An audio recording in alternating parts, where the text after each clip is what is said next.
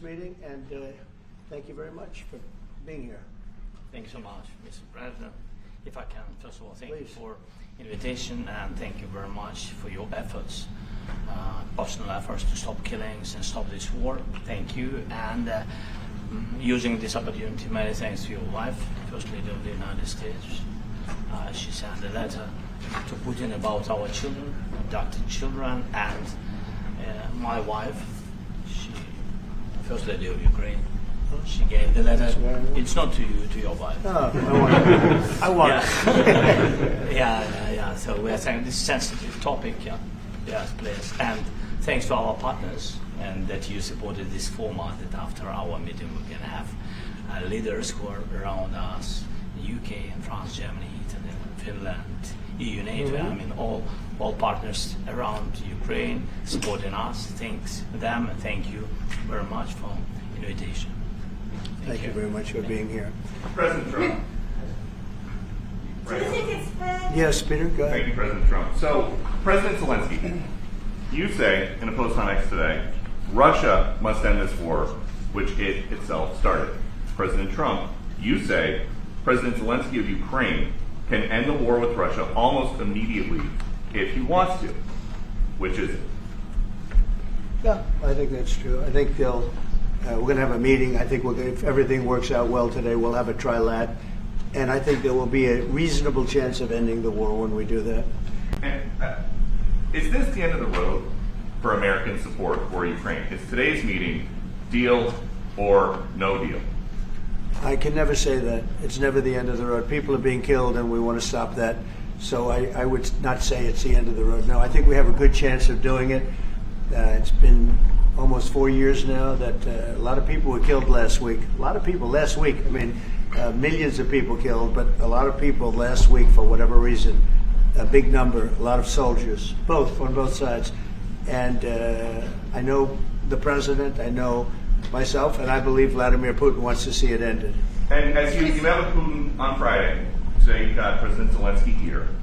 As you listen to Russia and Ukraine, which side has the better cards? Right Well, now? I don't want to say that. I'm just here to be. Look, this isn't my war. This is Joe Biden's war. He's the one that had a lot to do with this happening, and we want to get it ended. And we want it to end good for everybody. We want it to end good. The people of Ukraine have suffered incredibly. President Zelensky, are you prepared to keep sending Ukrainian troops to their deaths for another couple years, or are you going to agree to redraw the maps? Thank you for your question. So, first of all, we live under each day attacks. That today have been a lot of attacks and a lot of wounded people, and the child was dead, small one year and a half. So we need to stop this war, to stop Russia, and we need support, American and European partners, and we will do our best for this. So, and I think we show that we are strong people, and we supported the idea of the United States, of personally of President Trump, to stop this war, to make a diplomatic way of finishing this war, and we are ready for trilateral, as President said. This is a good signal about trilateral. I think this is very good. Thank you. Mr. President,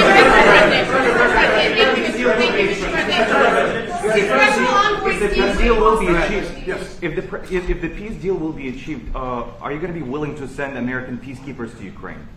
Well, we're going to work with Ukraine. We're going to work with everybody, and we're going to make sure that if there's peace, the peace is going to stay long term. This is very long term. We're not talking about a 2-year peace and then we end up in this mess again. We're going to make sure that everything's good. We'll work with Russia. We're going to work with Ukraine, and we're going to make sure it works. And I think if we can get to peace, it's going to work. I have no doubt about it. Your team has talked about security guarantees. Could that involve U.S. troops? Would you rule that out in the future? We'll let you know that maybe later today. We're meeting with 7 great leaders of great countries also, and we'll be talking about that. They'll all be involved, but there'll be a lot of help when it comes to security. There's going to be a lot of help. It's going to be good. They are first line of defense because they're there. They're Europe, but we're going to help them out also. We'll be involved. Yes. Vladimir Putin Putin mentioned that the war will not end without addressing the root causes of this war. Have you had an understanding what are the root causes of this war? Well, look, the war is going to end.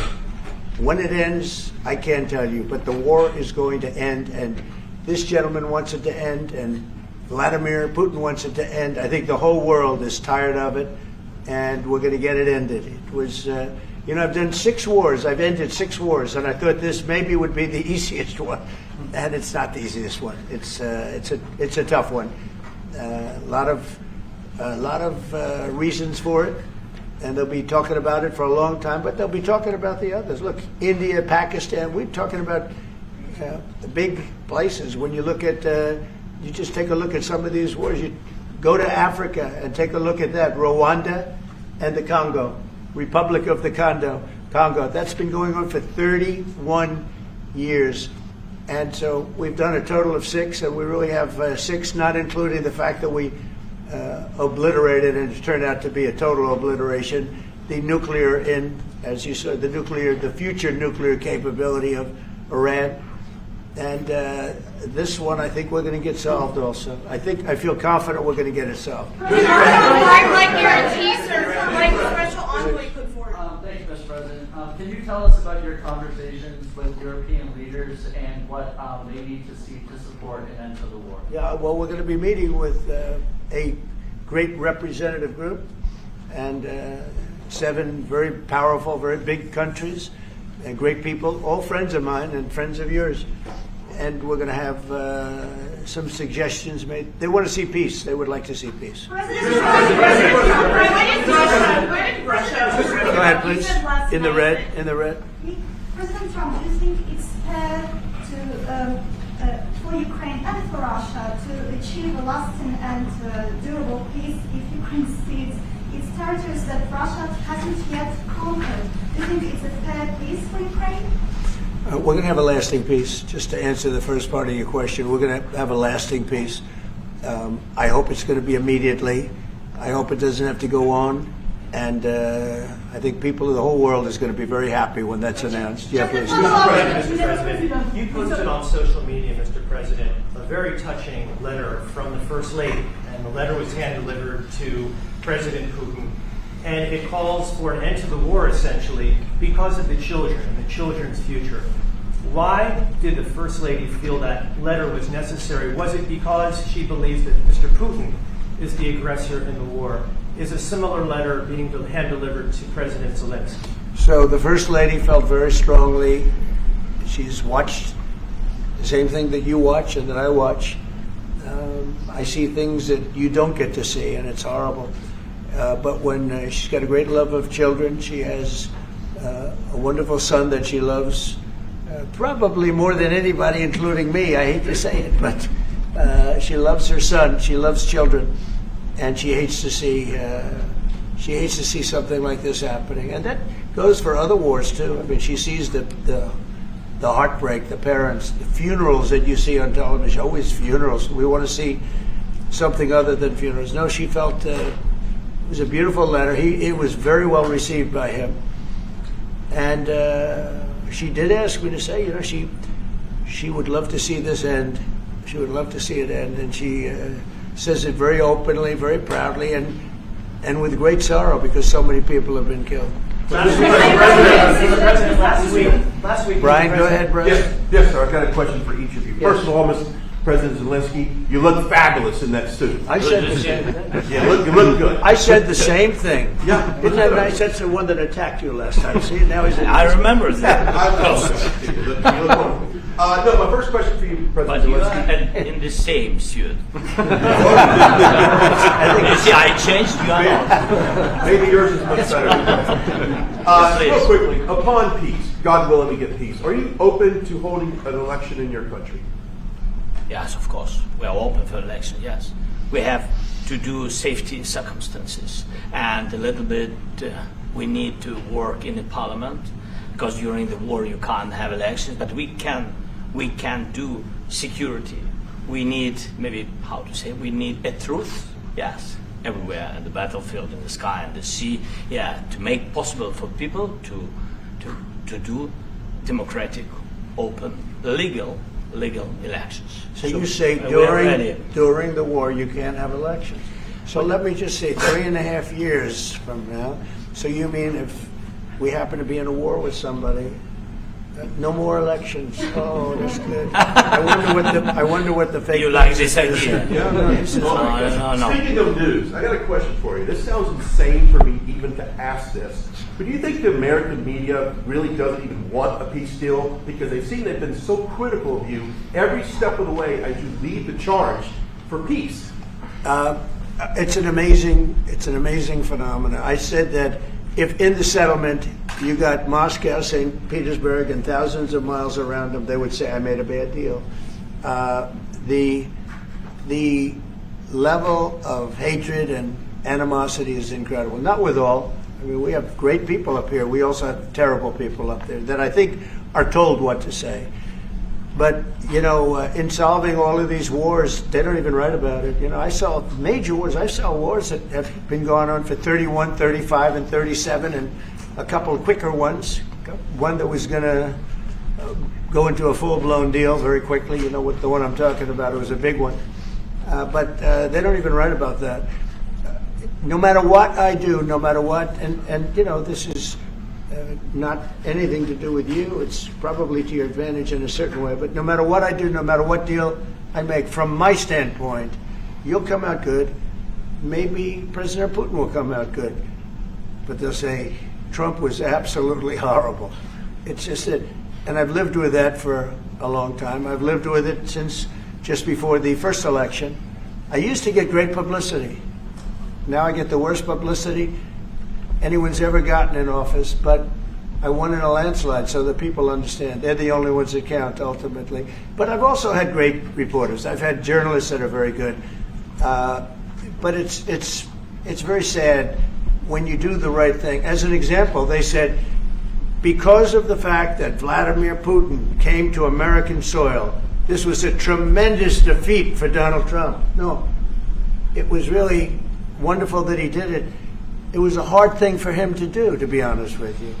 It was the opposite of what they said, but they said it. Now, if he didn't come, they'd say that was also bad for Trump. There's no way. And there's just a great dishonesty of the press, and I think that's why it's lost its credibility. Its credibility is at an all-time low.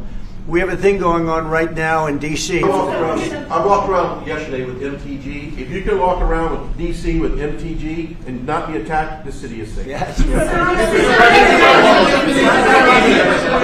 Thank you, Mr. President. Last week you warned of what you called severe consequences if a 30-day ceasefire or any type of ceasefire were not agreed to by Russia. Will there be severe consequences? Does that change because of I don't think you need a ceasefire. If you look at the 6 deals that I settled this year, they were all at war. I didn't do any ceasefires. And I know that it might be good to have, but I can also understand strategically why, one country or the other wouldn't want it.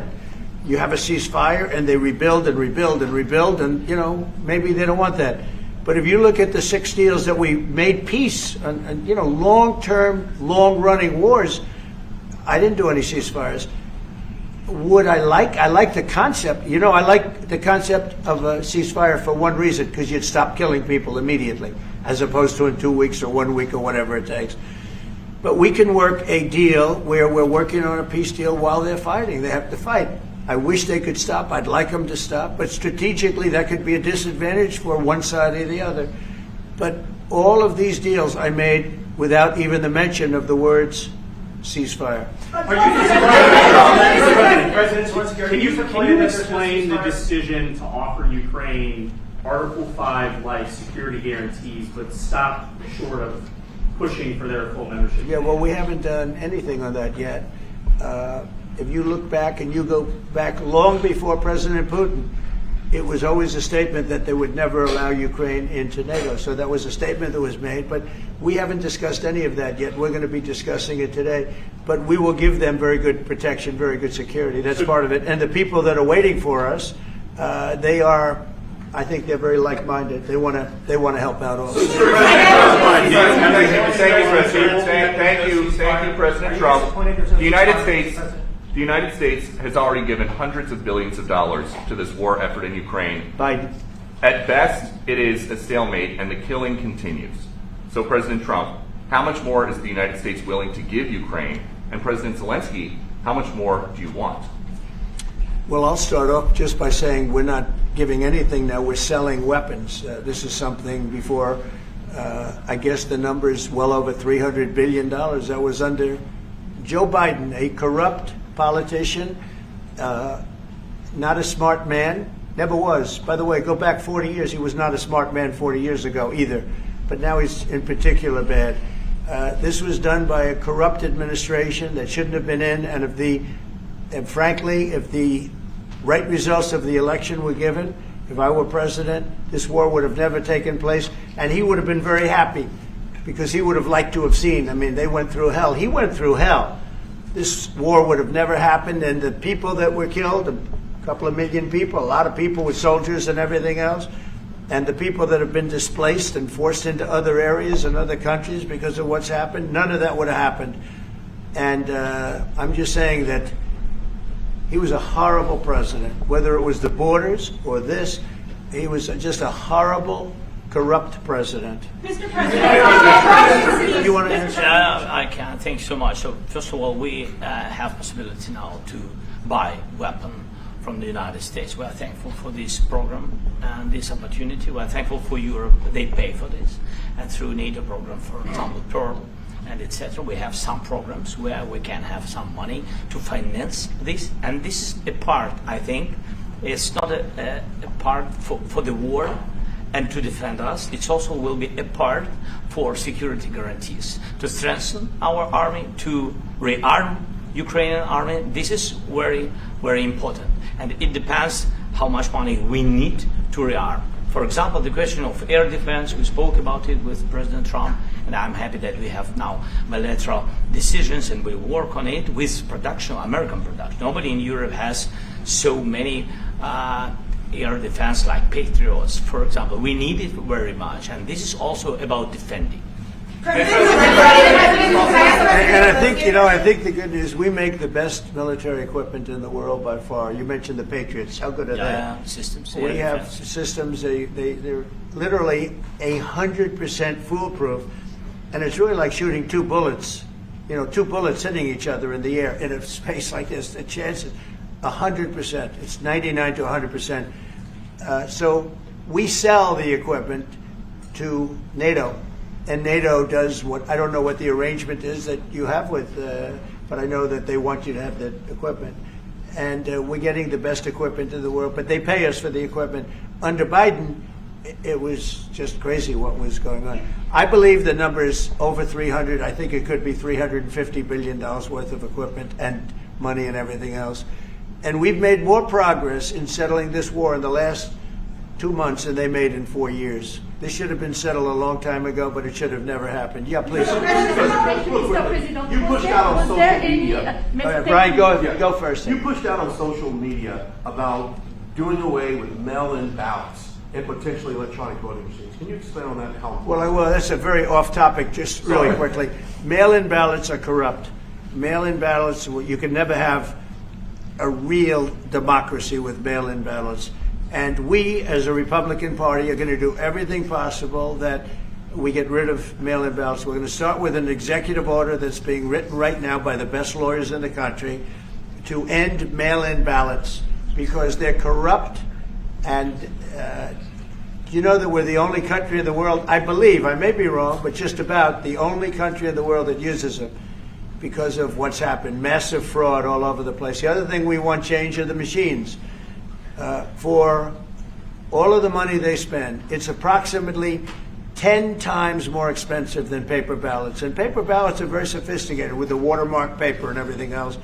We would get secure elections. We'd get much faster results. The machines, they say we're going to have the results in 2 weeks. With paper ballots, you have the results that night. Most people, many countries use paper ballots. It's the most secure form. So between paper ballots, very, very important, paper ballots, and I think maybe even more important, the mail-in voting. We're going to end mail-in voting. It's a fraud.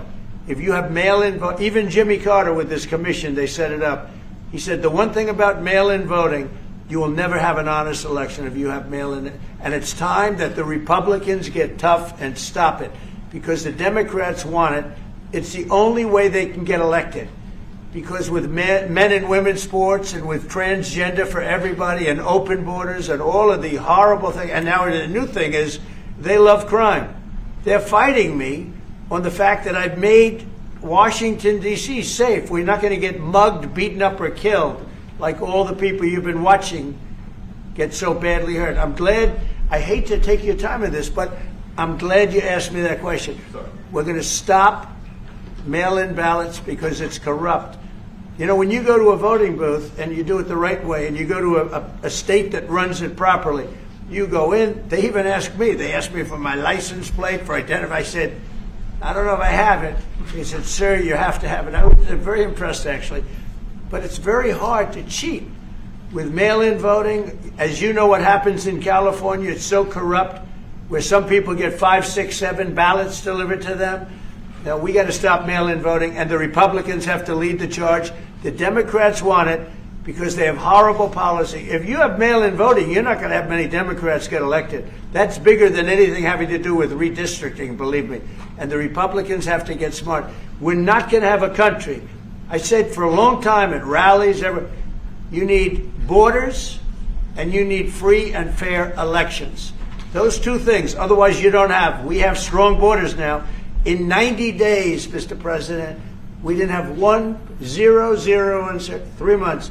Not one person came in illegally into our country. In fact, even I find that hard to believe, but it's run by a little bit of a liberal group that put out the numbers, so I guess it's, but 0, 0, and 0. You go back a year ago, 2 years ago, 3 millions of people poured into our country. It was terrible. Thank you very much. What guarantees do you need from President Trump to be able to make a deal? Is it American troops, intelligence, equipment? What is it? Everything. And really, it includes 2 parts. First, strong Ukrainian army. That's what I began to discuss with your colleagues. And it's a lot about weapon and then people and training missions and intelligence. And second, we will discuss with our partners. It depends on the big countries, on the United States, on a lot of our friends. And Mr. President, are you going to commit American troops to that NATO-like protection in order to get President Zelensky to a deal today? Well, I don't know if you define it that way, but NATO-like, I mean, we're going to give, we have people waiting in another room right now. They're all here from Europe, biggest people in Europe, and they want to give protection. They feel very strongly about it, and we'll help them out with that. I think it's very important. I think it's very important to get the deal done. You've been involved with the peacekeeping in Ukraine since your first day in the administration. What would you say to the Ukrainian people right now who are suffering under the Russian attacks and hoping that the American people will stand with them? Well, I know Ukrainian people. I've known many over the years. They're great people. They're smart. They're energetic. They love their country. I mean, they love their country, and we want to get this war ended. That's all I can do. I love the Ukrainian people, but I love all people. I love the Russian people. I love them all. I want to get the war stopped. Very important. Was there any aspect of your discussion with Vladimir Putin that left you disappointed? Look, we just spoke to, I was just telling the president, I just spoke to President Putin indirectly, and we're going to have a phone call right after these meetings today. And we may or may not have a trilat. If we don't have a trilat, then the fighting continues. And if we do, we have a good chance. I think if we have a trilat, there's a good chance of maybe ending it. But he's expecting my call when we're finished with this meeting. Thank you very much, everybody.